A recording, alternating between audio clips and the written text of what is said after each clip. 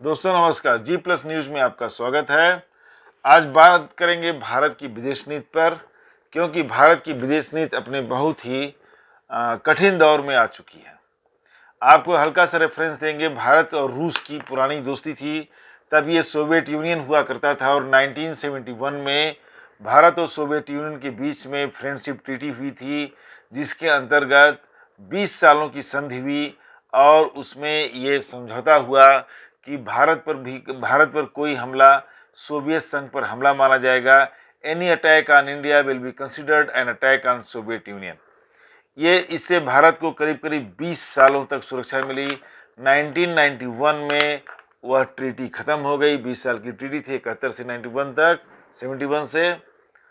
और उसके साथ ही सोवियत संघ का विभाजन हो गया, सारा संघ टूट गया और 15 के आसपास अब देश बन गए।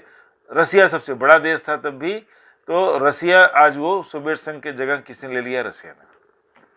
पुतिन के शासन के काल के दौरान भारत और रूस के संबंध अच्छे रहे। 2014 में मोदी के आने के बाद से मोदी का झुकाव अमेरिका की तरफ हुआ और यूरोप की तरफ हुआ क्रमशः, और राइट विंग पार्टी होने के कारण इनका झुकाव अमेरिका की तरफ हुआ, और जो भारत का झुकाव था वो कम्युनिस्टों के कारण था, सोवियत यूनियन की तरफ अब तो कोई कम्युनिज्म रह नहीं गया है।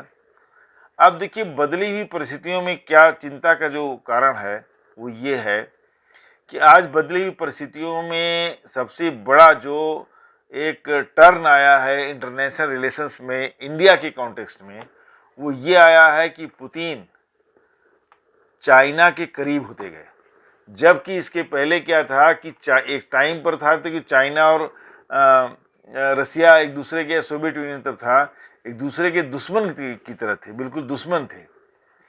पुतिन क्या हुआ कि अपने जो उनकी नीतियां हैं, अपने पॉलिसी की वजह से, और जो उन्होंने रसिया में तानाशाही अपनी स्थापित की है, 2005 से वो बने हुए हैं, तो उससे पश्चिमी देशों में उनके खिलाफ नाराजगी हुई और धीरे धीरे उनको अलग थलग किया गया पश्चिमी देशों से। अब रसिया कोई बहुत पावरफुल कंडीशन में नहीं है, रिसोर्सेज बहुत हैं, संसाधन बहुत है, बहुत बड़ा देश है, लेकिन अब वो पश्चिमी राष्ट्रों का, अमेरिका और दूसरे पश्चिमी राष्ट्रों का मुकाबला नहीं कर सकते हैं साइंस के क्षेत्र में। अब रूस को आइसोलेट होना पड़ा और तमाम जो उसके पड़ोसी देशों से उनके संबंध खराब हैं। यूक्रेन से उन्होंने लड़ाई कर ली, अभी 2 साल से ऊपर हो गया यूक्रेन से युद्ध चल रहा है, रसिया वो युद्ध जीत नहीं पाया, और तमाम अंतर्राष्ट्रीय जो है प्रतिबंध लगे हुए, आर्थिक प्रतिबंध लगे हुए हैं रूस पर। अब रूस ने क्या किया कि आइसोलेटेड होने के कारण या अलग थलग जो पड़ता जा रहा था रसिया, तो उसने चीन की तरफ दोस्ती का हाथ ज़्यादा बढ़ाया, और चीन भी आइसोलेटेड है, एक इमर्जिंग पावर है, रसिया से पावरफुल लग रहा है चीन हो गया है। चीन ने रिस्पॉन्ड किया, मतलब प्रत्युत्तर उनको प्रॉपर दिया। अब हुआ ये कि चीन पूरी तरह से, रसिया चीन के साथ हो गया। भारत के जो स्ट्रेटजिक मैटर्स हैं, मिलिट्री वाले मामले हैं, सुरक्षा का जो मामला है, उस पर बहुत कुछ हम रसिया पर निर्भर करते हैं। आज भी हमारा जो मिलिट्री इक्विपमेंट है सारे, या उनका मेंटेनेंस वो रसिया से ही होता है, ज़्यादातर वहीं के हैं। और दूसरी बात है कि रसिया भारत की पुरानी दोस्ती है, और रसिया जो है वो ऑल वेदर फ्रेंड था, तो भारत के सुरक्षा के मामले में भारत बहुत हद तक रसिया पर निर्भर था। अब बदली परिस्थिति क्या हो गई कि रसिया चाइना के ज़्यादा करीब होता जा रहा है। जब रूस चाइना के करीब होता जाएगा या हो गया है, तो भारत का उस तरह से वो साथ नहीं देगा जिस तरह से देता आया है, या जैसा कि इंडिया उम्मीद करता है। अभी आपने पहलगाम के हमले और ऑपरेशन सिंदूर में देखा कि रूस ने एक शब्द भी भारत के पक्ष में नहीं कहा, तो इसके मायने दूर तक हैं, इसके निहितार्थ हैं कि भारत जहाँ की पाकिस्तान के साथ चाइना खुलेआम था, सारे ड्रोन भेज रहा था, हवाई जहाज भेज रहा था, फाइटर जेट्स भेज रहा था। टर्की ने अपना एक वॉरशिप, युद्धपोत वहाँ लगा दिया, हिंद महासागर में आ गया। और अजरबैजान एक छोटा सा देश है, उसने भी पाकिस्तान को खुलेआम सपोर्ट किया, बाकी कंट्रीज साइलेंट थी। अब ऐसे हालत में आप सोचिए कि रसिया ने एक बार भी भारत का पक्ष नहीं रखा, भारत का पक्ष नहीं लिया, जबकि इतिहास ये है कि कश्मीर मामले पर रूस ने या सोवियत यूनियन उसके पहले था, उसने 21 बार यूएनओ में 21 टाइम्स वीटो यूज़ किया इंडिया के फेवर में। इतनी पुरानी, इतनी गाढ़ी दोस्ती थी, इतनी गहरी।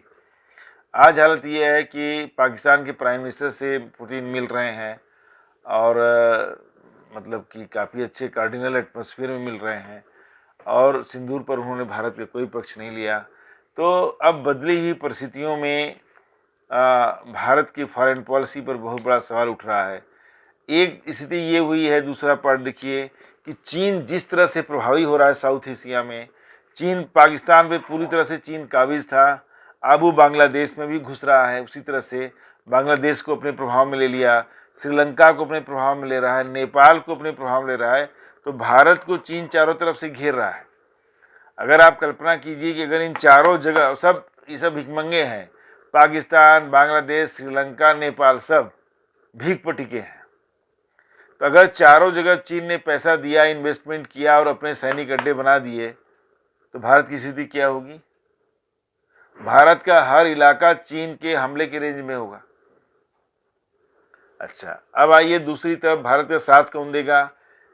180 देशों में एक देश ने भी भारत का साथ ऑपरेशन सिंदूर पर नहीं दिया। एक देश ने भी इंडिया का साथ नहीं दिया, नॉट अ सिंगल कंट्री। 2014 से हमारे प्रधानमंत्री पूरी दुनिया की सैर कर रहे हैं कई कई बार, साथ किसी ने नहीं दिया।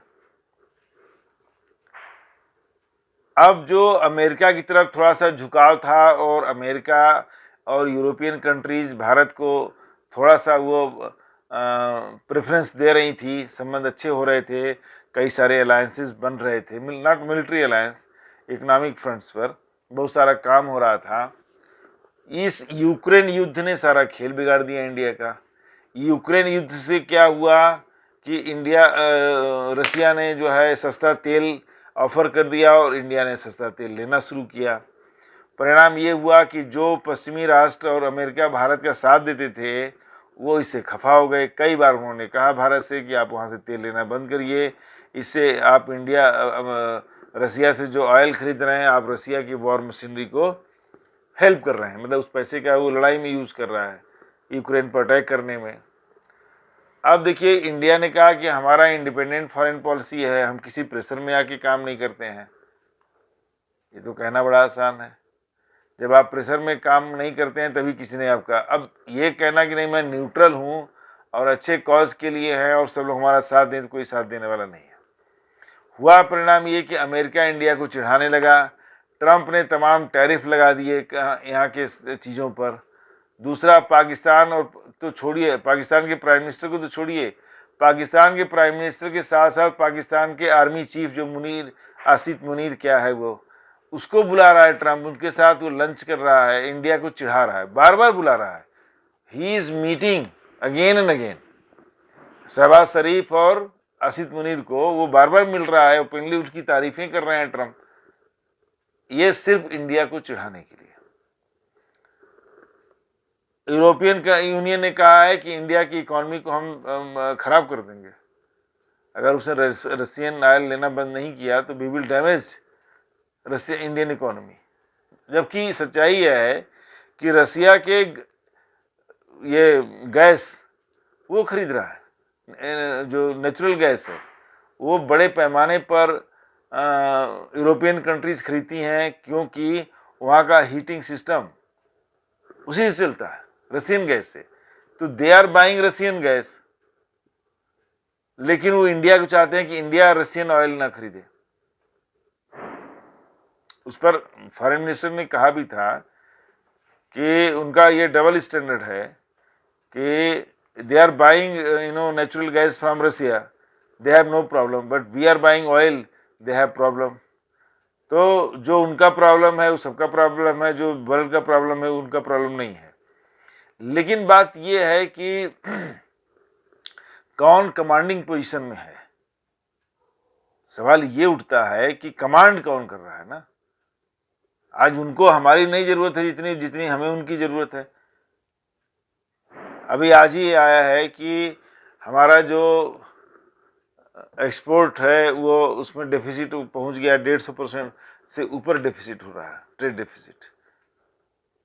बहुत सारी कंपनियों का नुकसान हो रहा है। जो ट्रम्प ने 100% वो कर दिया, टैरिफ लगा दिया है, तमाम यूनिट्स बंद हो रही हैं, बेरोजगारी बढ़ रही है, एक्सपोर्ट बंद हो चुका है, व्यापारी चिल्ला रहे हैं। तो अब देखिए क्या है कि वो तो अपनी जगह पर जो है, जो मेरा पॉइंट था इसमें कि अब इंडिया को अपने फॉरेन स्ट्रेटजी पर, नॉन अलाइनमेंट का जमाना गया नेहरू जी के साथ, अब इंडिया को अपने फॉरेन पॉलिसी मैटर्स पर दोबारा से सोचना पड़ेगा। अब आप ये सोच करके कि नहीं हम रसिया के साथ भी रहें और यूरोपियन कंट्रीज के साथ भी रहें, अमेरिका के साथ भी रहें, तो ये नहीं चल पाएगा। अब रसिया वो रसिया नहीं रहा। अब रसिया आपका इंडिया का खुल के साथ नहीं देगा, उसके ऊपर चाइना का कंट्रोल बढ़ता जा रहा है। रसिया चाइना के इन्फ्लुएंस में है। अगर कुछ वार मटेरियल या वार हो जाए तो रसिया इस तरह से इंडिया का साथ नहीं देने वाला जिस तरह से हम सोचते हैं, क्योंकि उस पर चाइना का हैवी हैंड रसिया के ऊपर रखा हुआ है। वो तुरंत ही चाइना उसका हाथ पकड़ लेगा रसिया का कि नहीं, अब रसिया क्या है, चाइना के इन्फ्लुएंस में है, चाइना के प्रेशर में है, चाइना उनके लिए ज़्यादा इंपॉर्टेंट हो गया। रूस के लिए चाइना ज़्यादा इंपॉर्टेंट हो गया। यही वजह थी कि शहबाज शरीफ पाकिस्तानी प्राइम मिनिस्टर वहाँ मिलने गए पुतिन से। तो अब गवर्नमेंट ऑफ इंडिया को इस पर अपने फॉरेन पॉलिसी को ऊपर नए सिरे से सोचना होगा और हमें अपनी सुरक्षा के लिए अमेरिका और पश्चिमी राष्ट्रों की तरफ जाना ही हमारे लिए बेहतर विकल्प है। हम रसिया पर भरोसा नहीं कर सकते और इस पर जितना जल्दी विचार हो जाए वो ज़्यादा अच्छा है।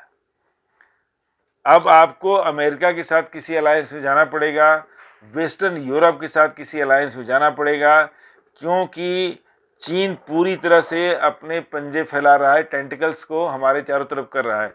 पाकिस्तान में वो पहले से है, बांग्लादेश में घुस रहा है, नेपाल में घुस रहा है, श्रीलंका में घुस रहा है, नॉर्थ साउथ हर जगह से उसमें घेरेबंदी कर रहा है इंडिया की। तो अगर यहाँ पर सुरक्षा की जरूरत पड़ी तो कहाँ से सपोर्ट मिलेगा? चीन खुलेआम पाकिस्तान के साथ है।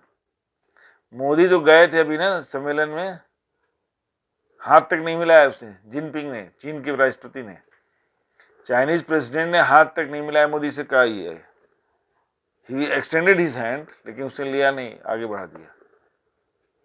तो ऐसे में अब फॉरेन पॉलिसी प्रेफरेंसेस को चेंज करना पड़ेगा, अब अपनी प्रायोरिटीज को चेंज करना पड़ेगा। नॉन अलाइनमेंट या का ढपली बजाने से कुछ होने वाला नहीं है।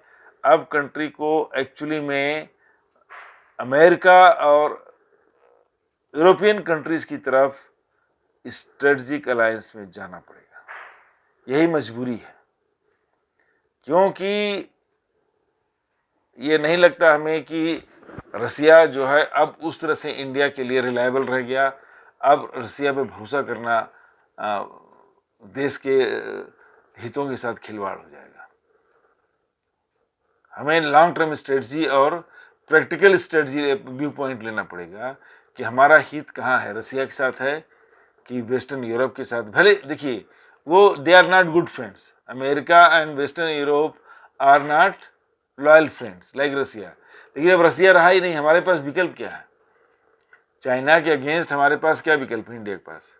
हमें वहीं जाना पड़ेगा और एक स्ट्रेटजिक पार्टनरशिप में अमेरिका और यूरोप के साथ आना पड़ेगा, क्योंकि हम तो घिरे हुए हैं। जब तक अमेरिका का अलायंस नहीं होगा, अमेरिका हमारे यहाँ कुछ मदद नहीं करेगा, चाइना से हम कैसे लड़ लेंगे? जो थ्रेट, जो चाइना का थ्रेट है वो बहुत बड़ा थ्रेट है, पाकिस्तान तो कुछ नहीं है उसके आगे, और चाइना बहुत ही कनिंग कंट्री है, इंडिया को पूरी तरह से घेर रहा है। तो ये बहुत इंपॉर्टेंट है कि अब फॉरेन पॉलिसी को फिर से रीओरिएंट करना पड़ेगा, नई दिशा देनी पड़ेगी। मिलते हैं दोस्तों नेक्स्ट वीडियो में किसी और टॉपिक पर। नमस्कार, धन्यवाद।